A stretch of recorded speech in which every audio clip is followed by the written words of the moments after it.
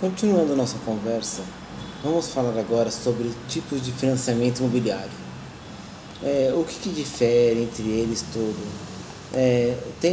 Temos os dois principais sistemas de financiamento imobiliário aqui no Brasil, que é o SFH, que é o Sistema Financeiro de Habilitação, e o SFI.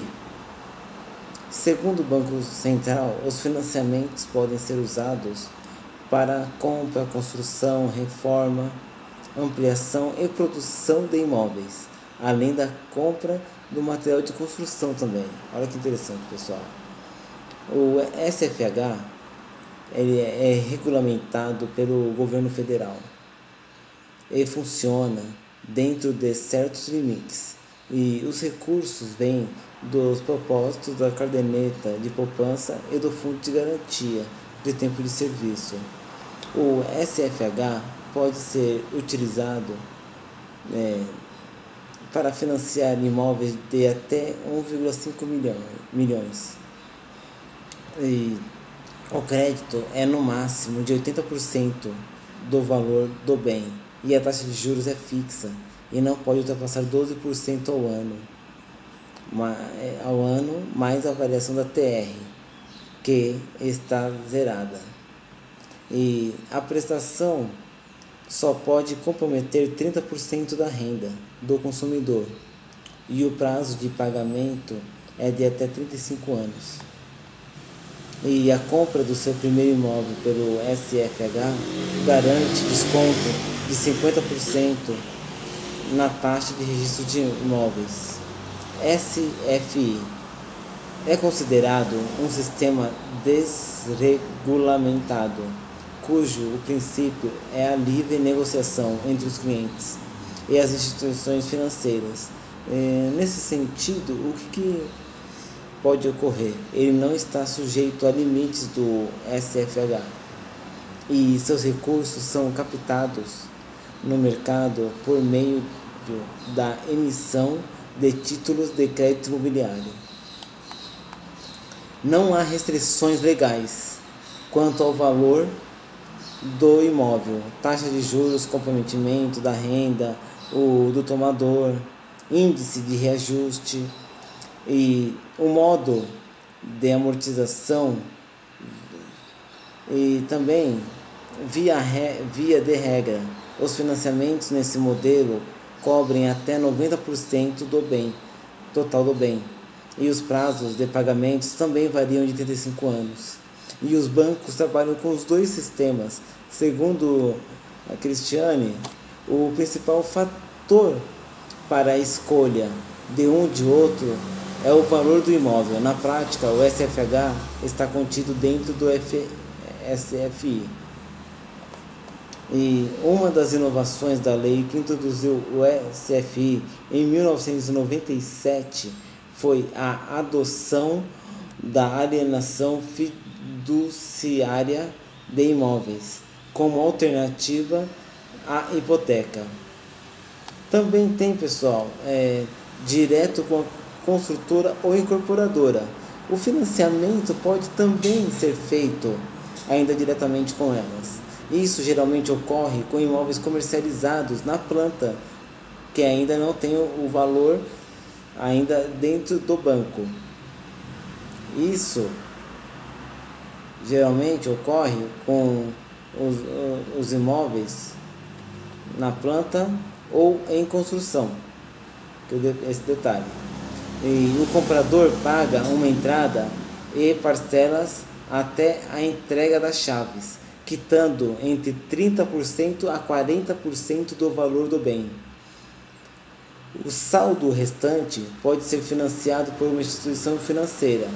As construtoras costumam ter bancos parceiros e pela própria empresa responsável pela obra.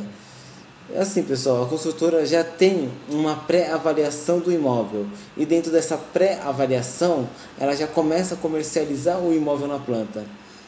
E assim por diante, quando o banco vem e faz a avaliação final, depois da obra concluída, porque eles puxam a matrícula, vê tudo, a metragem que foi construída, que está de acordo com que o imóvel foi lançado, aí eles formalizam de vez o valor e começam já puxar o quanto que vocês já pagaram de entrada do imóvel e vão lá e executam o financiamento para vocês. No primeiro caso, o modelo é o mesmo dos demais financiamentos feitos com bancos. No último, a operação é feita com a própria construtora. A principal desvantagem da operação direta com as construtoras é que os prazos para pagamento são bem mais curtos e as prestações mais altas. Porque quando você já financia diretamente com o banco e faz a simulação ali com já o valor do imóvel, certo? O banco já consegue amortizar um pouco dos juros, dependendo do caso, foi o que nós estudamos já anteriormente, para fazer com que você tenha uma prestação mais leve e que caiba no seu bolso.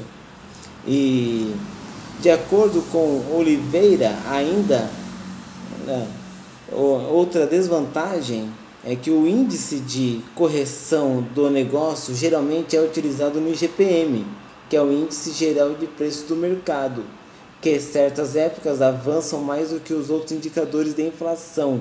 Nos 12 meses encerrados em junho de 2021, o IGPM havia avançado 35,75%, segundo a Fundação Getúlio Vargas. Detalhe que eu estou pegando esse artigo na Infomoney. E uma vantagem é que o comprador pode recorrer sobre este modelo de caso de financiamento que seja negado pelo banco. E não há impedimento para o financiamento direto com a construtora ou incorporadora de imóveis prontos e até usados. Embora esse sistema seja muito mais comum na planta, um detalhe: o cancelamento do contrato por inadimplência ou desistência pode gerar multas pesadas para o consumidor. Vamos falar aqui um pouquinho sobre o sistema de amortização do financiamento imobiliário. Via de regra, o sistema de amortização, pessoal, a amortização de dívida pode ser negociado entre o cliente e a instituição financeira. São três os principais modelos: o sistema de amortização constante, que é feito pelo SAC, sistema de amortização crescente, que é o SACRE, e tabela Price, também conhecida como Sistema Francês de Amortização. Isso é muito importante para saber se as prestações vão caber no seu bolso. Tabela Price: no sistema da tabela Price, o valor nominal das parcelas é mantido igual durante o contrato. Ao longo do tempo, a amortização aumenta e os juros decrescem, mas o desembolso mensal pelo comprador do imóvel é mantido no mesmo patamar. Este modelo é indicado, pessoal, para quem tem menos recursos disponíveis no início do financiamento, pois no começo as prestações são menores em comparação às outras modalidades. E ele permite também a previsibilidade da primeira à última parcela. O valor é o mesmo, então o consumidor vai ter uma surpresa ao longo do tempo, diz Oliveira, quando a tabela Price é utilizada e o crédito não pode ultrapassar 80% do valor do imóvel. Já no SAC, que é o SAC, as parcelas são decrescentes, começando maiores e diminuindo ao longo do tempo. Como o valor da amortização é constante, o saldo devedor cai mais rapidamente, assim como os juros é indicado para quem pode pagar um valor maior no início e esperar por prestações mais suaves no futuro. O SACRE é um misto do SAC e da tabela Price. como as amortizações são crescentes, o valor das prestações sobe no início, mas depois passa a cair por conta da redução do saldo devedor e, consequentemente, dos juros. No saque e no sacre, o financiamento pode chegar até 90% do valor do imóvel. Esses dois sistemas garantem uma redução mais rápida da dívida e, segundo Oliveira, geram o que? Economia no total desembolsado. Os melhores sistemas para o consumidor são o sacre e o saque, porque apesar de começarem com as parcelas maiores do que no Price, você vai pagar juros sobre o saldo devedor e nesses dois casos estará amortizando mais a dívida no início e na prática. Você economiza nos juros e o valor final será muito menor do que os 10%, pessoal. Então eu deixo isso como destaque dentro dessa explicação. Espero que vocês estejam gostando, ok? Um forte abraço.